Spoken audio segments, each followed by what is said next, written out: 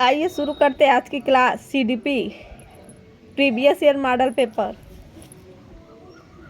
Class शुरू करने से पहले आप हमारे चैनल को लाइक सब्सक्राइब कर दीजिए और बेल आइकन भी दबा दीजिए ताकि लाइव आने पे आप लोग के पास एक नोटिफिकेशन पहुंच जाए और अपने अपने ग्रुपों में शेयर भी कर दीजिए। आज की क्लास में हम लॉरेंस कोल्बर्ग की थियरी लेके आए हैं।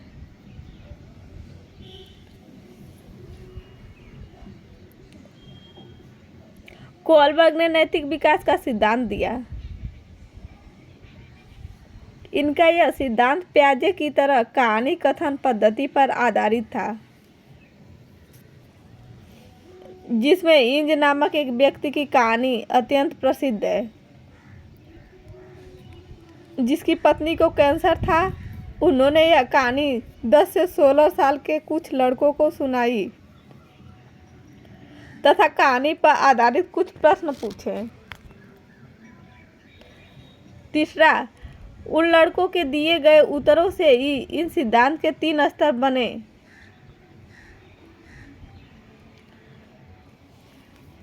लॉरेंस कोल्बर्ग ने कुछ 3 शब्द दिए हैं जो इस सिद्धांत में दिया गया। पहला शब्द है नैतिक दुविधा, मतलब मोरल डिलेमा।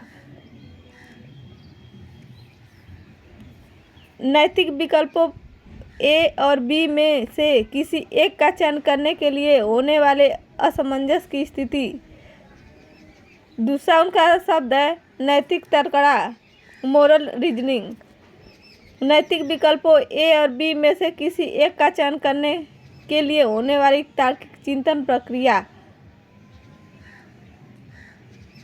तीसरा शब्द उन्होंने दिया है नैतिक कार्रवाई, मोरल एक्शन। नैतिक तर्कड़ा के बाद चयनित विकल्पों को वास्तविकता में उतारना। लॉरेंस कोल्बर्ग से जुड़े सिद्धांत से जुड़े हुए प्रमुख तथ्य। पहला तथ्य है इस सिद्धांत में 3 स्तर है तथा प्रत्येक स्तर में 2 चरण भी है।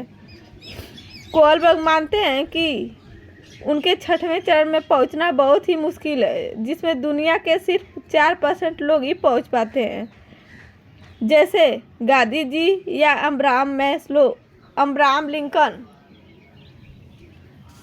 तीसरा तथ्य है कोल्बर्ग के सिद्धांत में नैतिकता चरणों पर निर्भर करती है।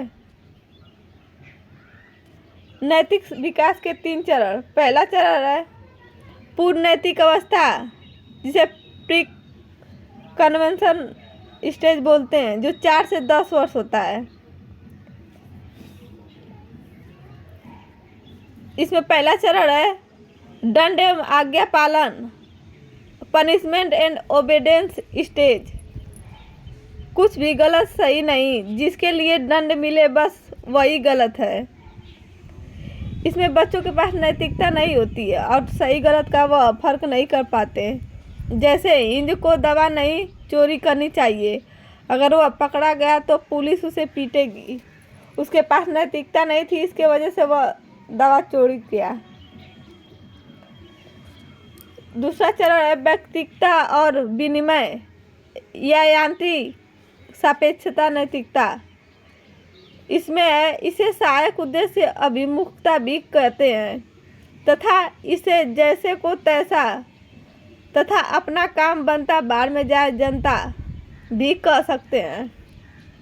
अगर कोई काम करना गलत भी हो तो भी उसे कर देना चाहिए। अगर कार्य करने से अपना फायदा होता है, जैसे इंज को दवा चोरी कर लेना चाहिए, क्योंकि दवा चुरा लेने से उसे भी दवा मिल जाएगी और डॉक्टर को पैसा भी नहीं देना पड़ेगा। उनके कहने का मतलब है कि अपना काम बन जाए। प्रमुख बिंदु। इस स्तर में बालक नैतिकता नहीं होती, इसलिए उसकी नैतिकता उबारी सत्ता में मिलने वाले संभावित दंड पर निर्भर करती है। दूसरा स्तर नैतिक अवस्था 10 से 13 वर्ष। इसका पहला चरण है अंतर्वैयक्तिक संबंध, जिसे इंटरपर्सनल रिलेशनशिप कहते हैं।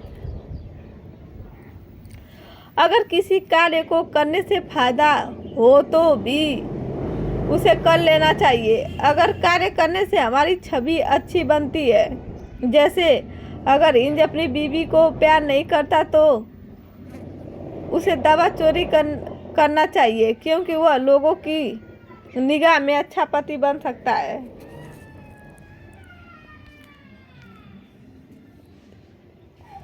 तीसरा स्तर कानून एवं व्यवस्था अवस्था, लॉ एंड ऑर्डर स्टेज।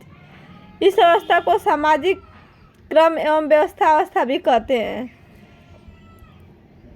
भले ही किसी कार्य को करने से छवि अच्छी बनती हो, फिर उसे नहीं करना चाहिए अगर वह कानून और नियम के खिलाफ हो तो।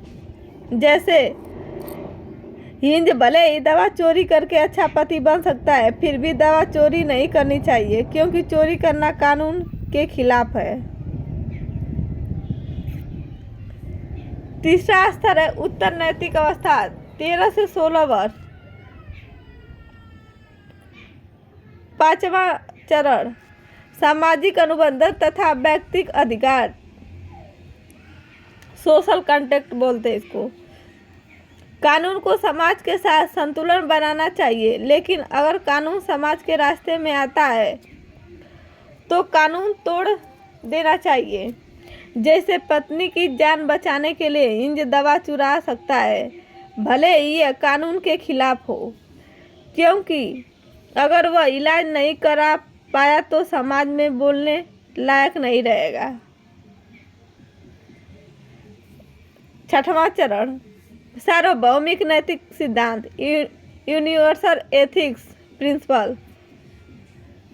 अगर खुद को कोई कार्य नैतिक दृष्टि से सही लगता है और मानवता के हित में है तो उसे कर लेना चाहिए, भले ही वह समाज या कानून के खिलाफ हो, क्योंकि मानवता ही सबसे बड़ी नैतिकता है।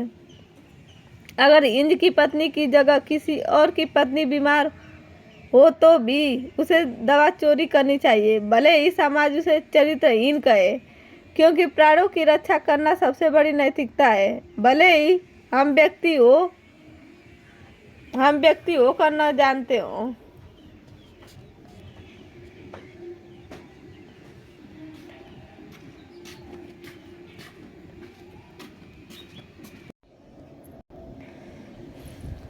लॉरेंस कोहलबर्ग की आलोचनाएं। पहला आलोचना है कोहलबर्ग का प्रयोग सिर्फ बालकों पर हुआ, इसलिए महिला मनोवैज्ञानिक कैरोल गिलिगन ने उनके सिद्धांत की महिला नैतिकता पर कुछ न लिखने के कारण उनकी आलोचना की। दूसरा, कैरोल गिलिगन मानती थी कि पुरुषों की नैतिकता में न्याय अधिक और महिलाओं की नैतिकता में देखभाल अधिक होता है, और इस सिद्धांत में न्याय अधिक। तीसरा, उनके चरण सभी संस्कृतियों में एक जैसे हैं, जो कि संभव नहीं, यह भी उनकी एक आलोचना है।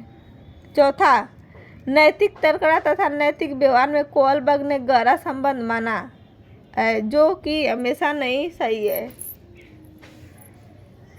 तो आज का क्लास कैसा लगा? सभी लोग लाइक सब्सक्राइब कर दीजिए। धन्यवाद।